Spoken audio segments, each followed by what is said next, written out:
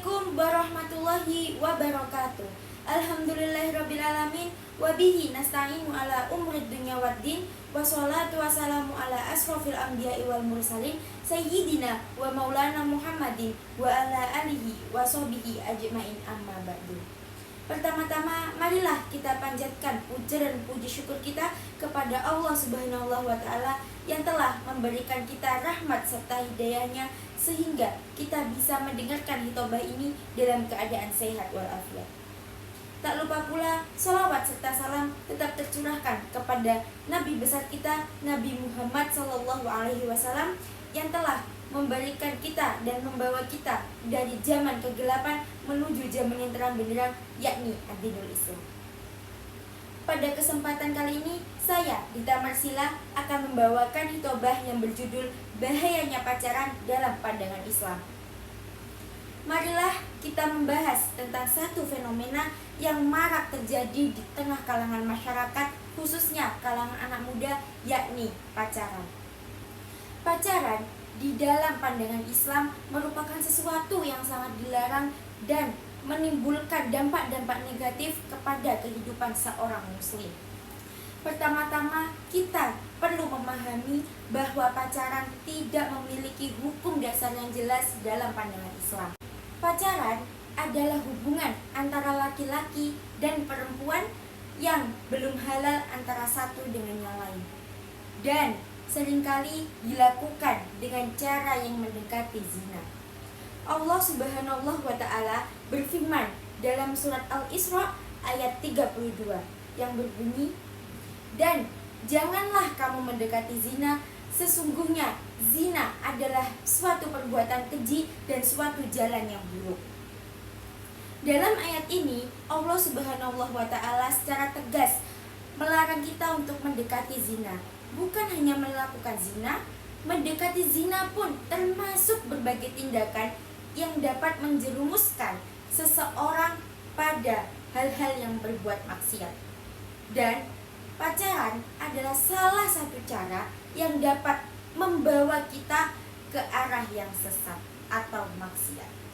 Di sini saya akan menjelaskan beberapa alasan mengapa pacaran sangatlah dilarang di dalam Islam.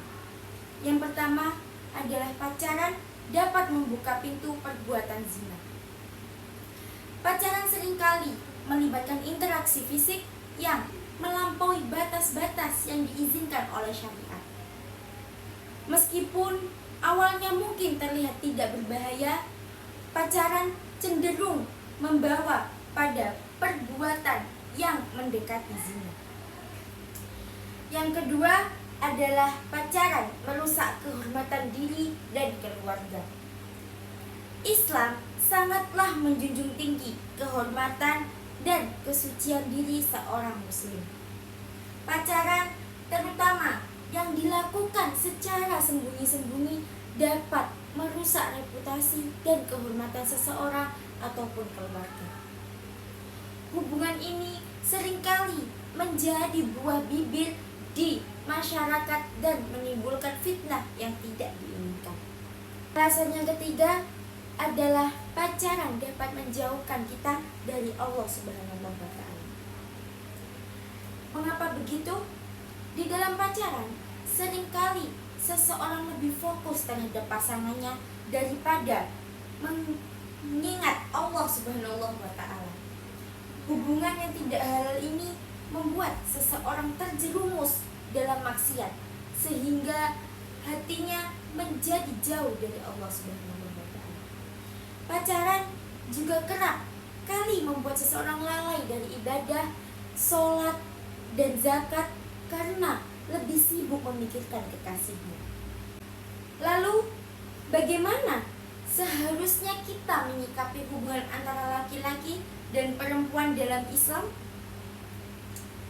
Islam telah memberikan solusi yang jelas dan terhormat bagi mereka yang ingin melakukan hubungan yang halal dan penuh keberkahan di dalam Islam, yaitu melalui pernikahan.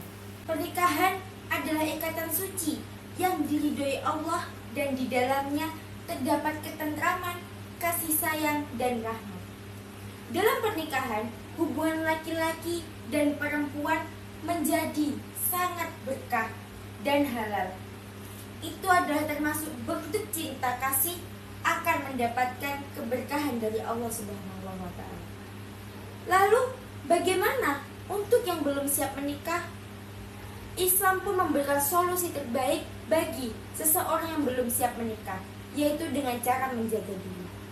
Bagaimana cara menjaga diri dari hal-hal yang supaya kita tidak mengikuti hal maksiat?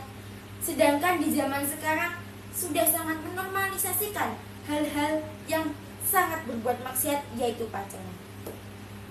Solusi yang terbaik adalah dengan cara berpuasa. Dengan berpuasa, kita akan dapat mengekang hawa nafsu kita dan menjaga kita dari hal-hal yang buruk, dan kita tidak akan melakukan hal-hal yang berbuat maksiat. Pacaran bukanlah jalan yang diridhoi oleh Allah Subhanahu wa Ta'ala. Pacaran hanya membawa kerugian dan kemaksiatan baik di akhirat maupun di dunia. Sebagai umat Islam, kita harus menjaga diri dan kehormatan diri kita, seperti tidak mendekati zina dan tidak menjalankan hal yang berbuat maksiat, dan senantiasa berpegang teguh kepada ajaran Islam yang mengajarkan kita tentang kesucian dan kehormatan. Jika ingin menjalin hubungan dengan seseorang, kita harus menempuh dengan cara yang halal, yaitu melalui pernikahan. Semoga Allah Subhanahu wa Ta'ala memberikan hidayah kepada kita semua, menjaga kita dari perbuatan maksiat dan membimbing kita menuju jalan yang lurus. Mungkin cukup itu yang bisa saya sampaikan dari hitobah saya kali ini. Saya Dita Marsila memohon maaf apabila ada salah kata dan salah pengucapan. Wabillahi taufiq wal hidayah, waridho wa inayah. Assalamualaikum warahmatullahi wabarakatuh.